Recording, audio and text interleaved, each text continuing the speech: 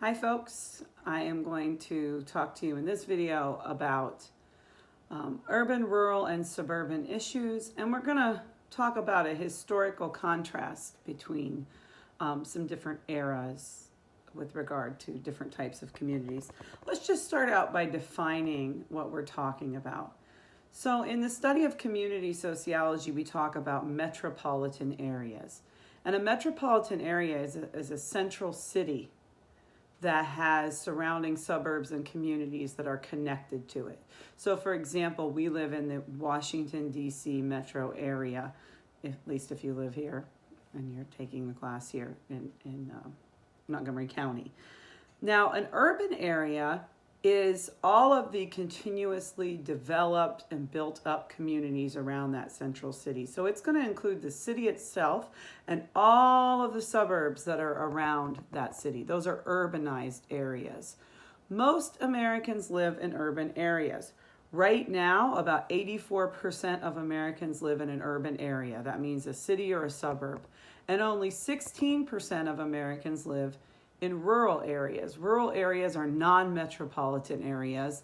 Those are going to be areas that don't have large populations. They might not have continuous development in terms of housing and roads and things like that.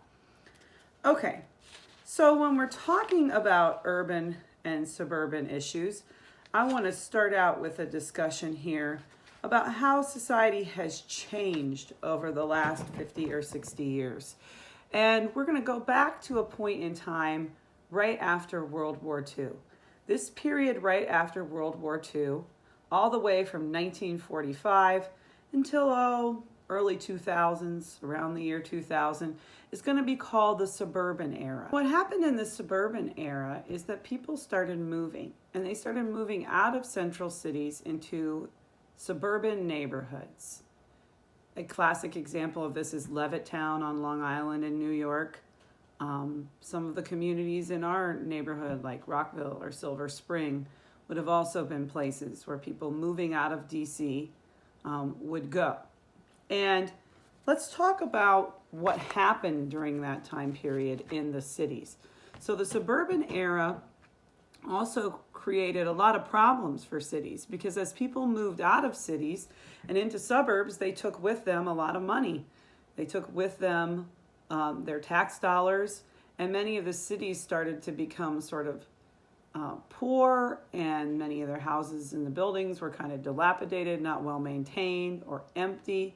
And so during the suburban era, we saw a tremendous increase in the number of urban problems. And we also saw this phenomenon of post-industrialization. So we had a lot of industries in our cities, auto factories, factories making many different kinds of things, whether it was clothing or other mechanical things outside of vehicles. And so we had this manufacturing, but this manufacturing started to leave, and it started to move overseas to places like China or Taiwan or Japan, where labor was cheaper. And so our cities, with this suburban trend and this post-industrialization trend, what we saw was tremendous problems. So let's go through some of the major problems that emerged in cities during the suburban era. One thing would be job loss. If the companies are moving out, moving to China, moving to Vietnam, moving to some other country with cheaper labor, then you're going to see fewer Americans employed. We see disinvestment and abandonment. Homes are left abandoned. Old factories are left abandoned.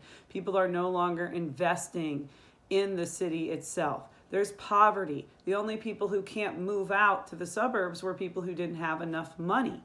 And that created a lot of problems. The city didn't have a good tax base. So you saw decaying infrastructure. Infrastructure is the sort of physical structure that holds the city together. Things like roads, buildings, bridges, the electrical grid, the sewer system, the public transportation system. For any city to operate well, it has to have a good, strong infrastructure.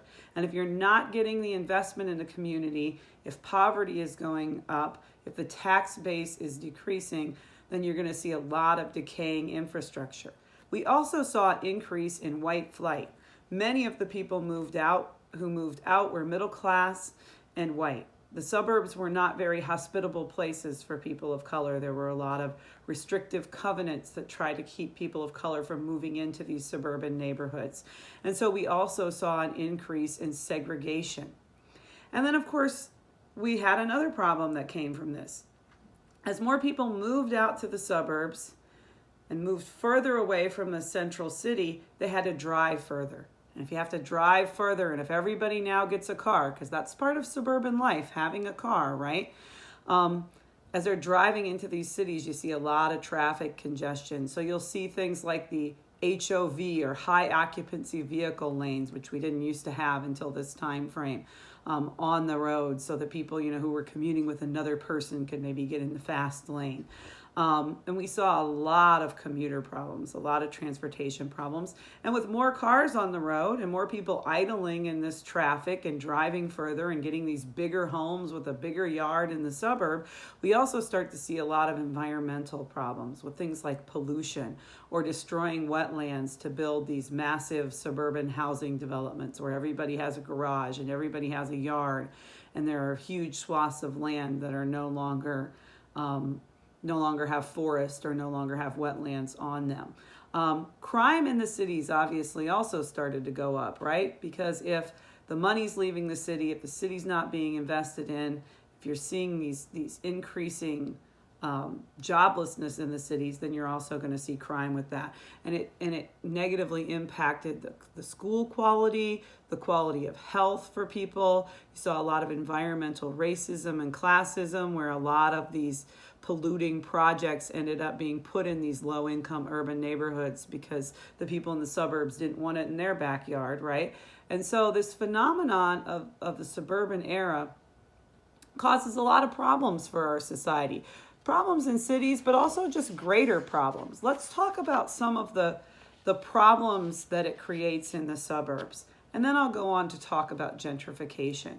So as suburban areas grew, and Americans, especially middle-class Americans, and in later in the 80s and 90s, we see a little bit more racial diversity in the suburbs. Not a lot, but the suburbs become a little more diverse in terms of race and class. The problems in the suburbs start to emerge. So the first problem that we see a lot in many of the suburbs is a problem of sprawl, where you see this overdevelopment, house after house after house, right? With big yards, people using these lawn chemicals to get the dandelions out of their yards and causing problems in the waterways, causing pollution, people not being able to walk to things.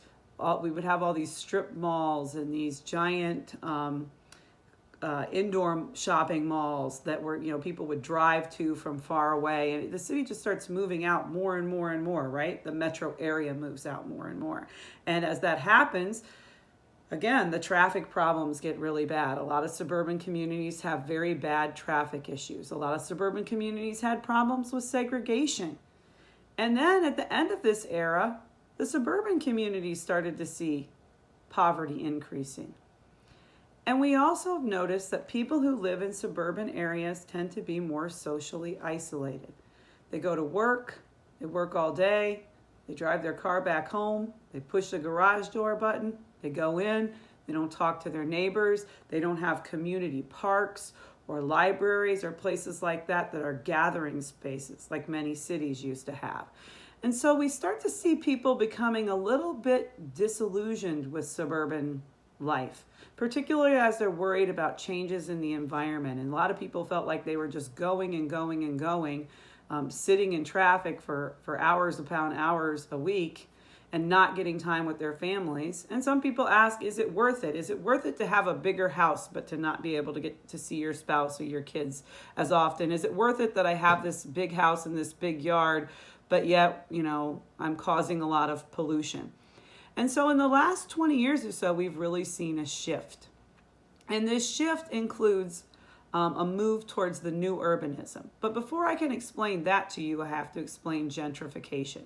So gentrification is this process where older, poorer urban neighborhoods tend to be, I'm going to use the term loosely, redeveloped by wealthier people who are moving into those neighborhoods. So a lot of people started moving, particularly, again, upper middle class people, disproportionately upper middle class white people, started moving back into those urban neighborhoods through gentrification. And suddenly, the value of the home starts to go up. Suddenly, the tax base in the neighborhood starts to increase. And then what we start to see is some of those people displaced in those cities. They can't afford their rent anymore. Some of the poor people who've lived there a long time can't afford to live there anymore because the rents have gone up. Now, there's an upside to gentrification. It's nice to have maybe new stores, nicer looking homes. Suddenly the bus runs on time and the cracks in the sidewalks are fixed. But you see a big tension between people who lived in the community for a long time, who are often poorer, working class people, people who are often people of color, and these gentrifiers moving in who are often wealthier people, who are often people who don't want the same things that the people who've lived in the neighborhood for a long time want. Maybe the new people moving in want a dog park, and the people who live there a long time, they want to play basketball and soccer and go to a barber shop and eat at different kinds of restaurants. Maybe they don't want the new Thai food restaurant. Maybe they want a soul food restaurant or a shop that sells, empanadas or something like that. And so there's a tension between the gentrifiers and the residents of these cities. And people start to get pushed out of the cities. That's the other downside of this. So let's talk about what all that has led to. So if people have become disillusioned with suburban life and they've started to gentrify some of these cities, particularly middle class people have done that, a lot of people have also realized that if we are going to continue to try to live in an environment that is sustainable and not polluted and not overdeveloped, we're going to have to change the way we organize our communities. And so the new trend is towards what we're going to call the new urbanism. What is the new urbanism? The new urbanism is a new way to organize cities, and in some cases suburbs, particularly I think suburbs here in Metro DC are sometimes organized around this new urban model. So what does a new urban community look like? Well, let's start out with the first characteristic. A new urban community is walkable. You can walk to a movie theater, you can walk to your job, you can walk to a bus stop, you can walk to a grocery store. It tends to be more densely populated than suburbs. Suburbs are dependent on cars. So I think one of the best ways to demonstrate the difference between a new urban community versus an old school suburban type community would be to just compare right here in Germantown what things are like at the lovely Milestone Shopping Center, where Walmart is, Target, Home Depot. That model is very much the old school suburban model of community. Notice there's not mixed use. What I mean by mixed use is there's not people living and working and being entertained in the same neighborhood. That's all a shopping center, right? You have to go across the street to get to the Milestone neighborhood.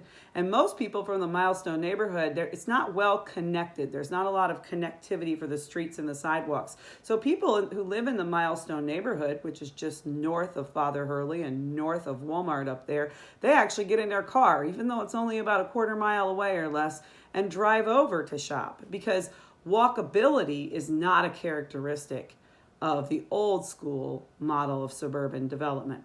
That contrast in the neighborhood that I'm going to call Crystal Rock, I don't know what people exactly call the neighborhood, but the neighborhood on the other side of 270 in Germantown here, where there's a Chick-fil-A, there's a movie theater, there's a Department of Energy, that neighborhood is being redeveloped in what we're going to call the new urban model. Think about it. If you live in that neighborhood, first of all, there are homes in that neighborhood. You can walk to Safeway, you can walk to Giant, you can walk to a shoe store, you could walk to a movie theater, you could walk to your job if you worked at any of those places in the neighborhood. So that neighborhood, in the new urban model, it's got walkability. All the streets are interconnected. There's no dead-end streets. It's mixed use. There's a lot of diversity of people. You see young people, old people, working class people, professional people. It's a racially diverse group of people. It's very centralized. It's very densely populated. New urban communities, you don't get a big yard.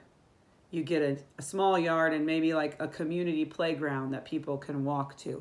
There are other neighborhoods that are like that are redeveloping in that way. Some of the areas around the Rio are like that. Some of King Farm is like that. I think they're trying to redo White Flint like that. I don't go down that far, so I don't really know everything that's going on in that area. These are public spaces that they're investing in. So not everybody has their own little private yard. They have public parks. They have community spaces like libraries. And these communities are supposed to be more environmentally friendly, because if everybody's walking and they're taking public transportation and they don't have a huge yard and they're not destroying the environment, then the hope is that we can delay things like climate change and live a lifestyle that is more conducive towards thinking about the future, right? And the future of the human race and the future of the planet. And so that new urban model is what you see now. There's no better example of how we are shifting from the old school suburban model to the new urbanism model than looking at what has happened at Lake Forest Mall. I mean, Lake Forest Mall, by the time you watch this video, everything in there will be shut down. A mall like that is a product of the suburban era. People don't drive to malls from far away, and teenagers don't hang out for hours on end in malls. You know, you don't get in your car and drive over to the mall like people used to do. That's a suburban way of living. Now people live in these urban communities and they walk to the places they want to go, and maybe they order things online, which I would argue that's not the most environmentally friendly thing to do. However, they're not living in communities where everybody has to have a car to get by. And the new urbanism sort of encourages that kind of thing. So the last thing I want to talk about, and this video I know is getting very, very long, is rural problems. So I've talked a little bit about how suburban communities have changed and urban areas are kind of making a comeback through this new urban model. The last thing I want to talk about is rural America. Rural America is, I would argue, in a real state of crisis right now. One of the first things that's happening is they're losing population. And the population they're especially losing is young people like me. You know, I grew up in a rural area. I went away and got a college degree. I was an upwardly mobile person, and I have no intention of going back there. And the reason for that a lot of times is a lack of jobs, a lot of poverty. In some cases, a lot of the rural areas don't have the variety and diversity that some more middle class people or highly educated people like. I think the lack of jobs is probably the biggest factor. The economic infrastructure in many rural areas is really, really struggling. Things like farming and mining, they just don't make the money that they used to. There's not as much manufacturing in the U.S., period. So you can imagine that rural areas have lost manufacturing. One of the ways they've also made money is through recreation and tourism, like people going to the Smoky Mountains or whatever. And that economic structure is not as stable as it once was. So rural areas have experienced, in part because of those declining industries, a lot more poverty than they already had. A lot of environmental issues. When you spend a lot of your time mining and logging and doing those kind of things, there are negative environmental impacts that can come from that. Also, rural areas are very medically underserved. Healthcare is a huge problem in rural America. You may be 2 hours away from a trauma center if you get in a car accident.